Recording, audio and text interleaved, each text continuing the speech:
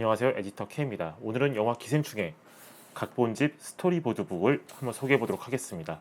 간단하게 책을 먼저 소개해 드릴게요. 커버가 이렇게 생겼고요. 여기 이제 기택과 기정의 모습이 있고, 뒤에 보면은 기우의 모습, 그리고 극중 이성균 씨의 아들이죠, 다송이의 모습과 다송이의 텐트가 그려져 있습니다. 책은 이렇게 두 권으로 구성이 되어 있어요. 이 책을 소개해드리면은, 이 책은 시나리오 집이고요. 우리가 보지 못했던 영화 스틸들이 이렇게 담겨져 있고, 그리고 봉준호 감독과의 짤막한 인터뷰가 수록되어 있습니다. 여기 이 책은 스토리보드 북입니다.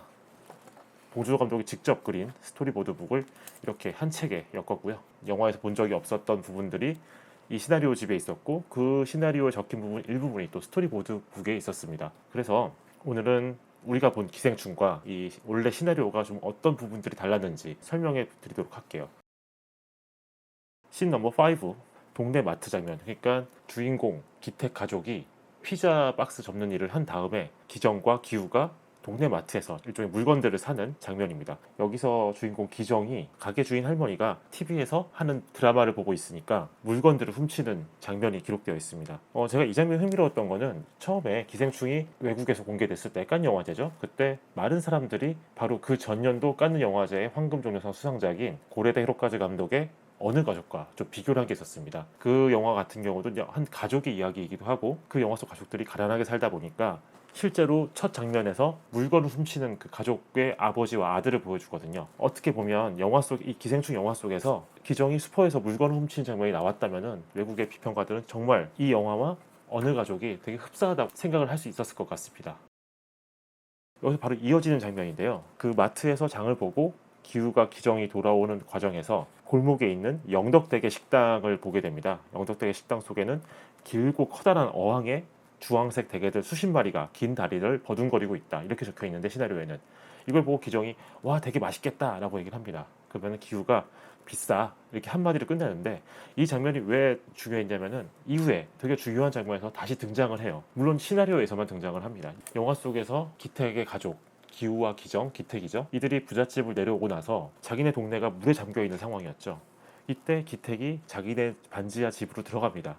영화 속에서 우리가 봤던 거는 그 집 안 자체가 물에 거의 반쯤 잠겨 있는 그 광경이었는데, 시나리오에서는 아까 기정이 봤던 대게가 이 물에 찬 집 안에 둥둥 떠다니는 모습으로 나옵니다. 어떻게 보면 조금 웃길 수도 있는 상황이었는데, 아마도 봉준호 감독이 이 장면을 없앤 건 너무 튈 것 같아서 일부러 자르지 않았나 싶습니다.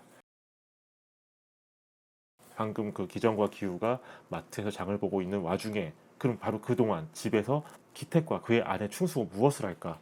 여기서 약간 이제 성적인 관계의 장면이 나옵니다. 충숙이 기택의 중요한 부위를 이제 손으로 만져주는 그런 장면이에요. 둘 사이에 어떤 그런 성적인 관계가 이제 절정을 달해갈 때쯤 기정과 기우가 돌아온다, 이런 설정이죠.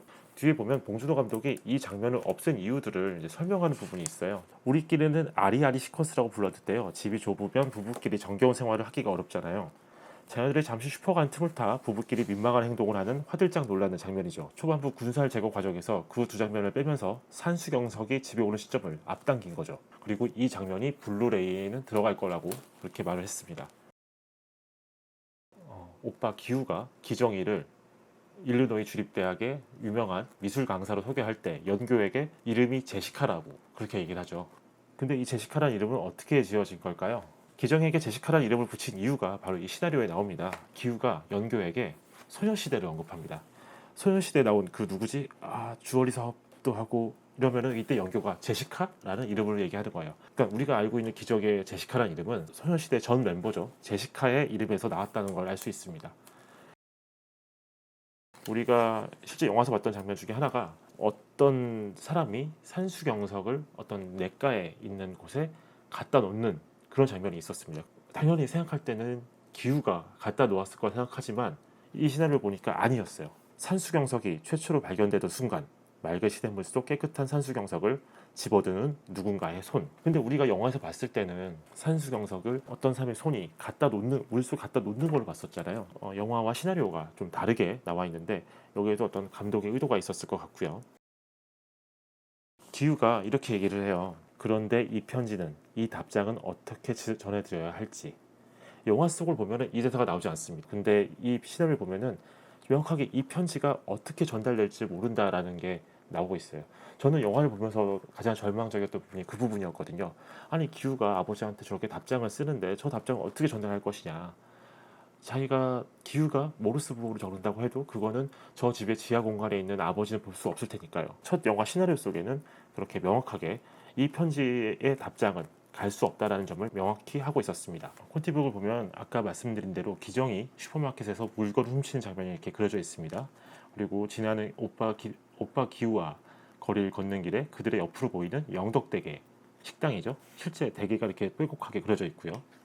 이어지는 장면에서 충숙과 기택의 러브러브 장면이죠. 이 장면이 콘티로 좀 우스꽝스럽게 그려져 있습니다. 그리고 여기 아까 말씀드렸던 또 영덕 대게가 나옵니다. 근데 이 뒤에 좀 재밌는 그림들이 있어요. 기생충을 위한 스케치 이렇게 적혀 있는데 매실청이라는 것도 적혀 있고 이 바로 근세의 얼굴이겠죠. 이것이 그리고 이렇게 인간의 얼굴을 한 기생충을 그려놓은 것 같습니다.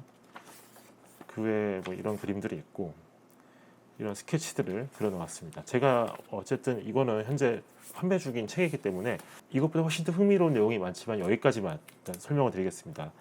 영화 기생충을 굉장히 인상 깊게 보시고 좋아하시는 분이라면은 DVD보다도 꼭 이 책을 사서 집에 보관을 하는 게 되게 훌륭한 기념품이 될 것 같아요.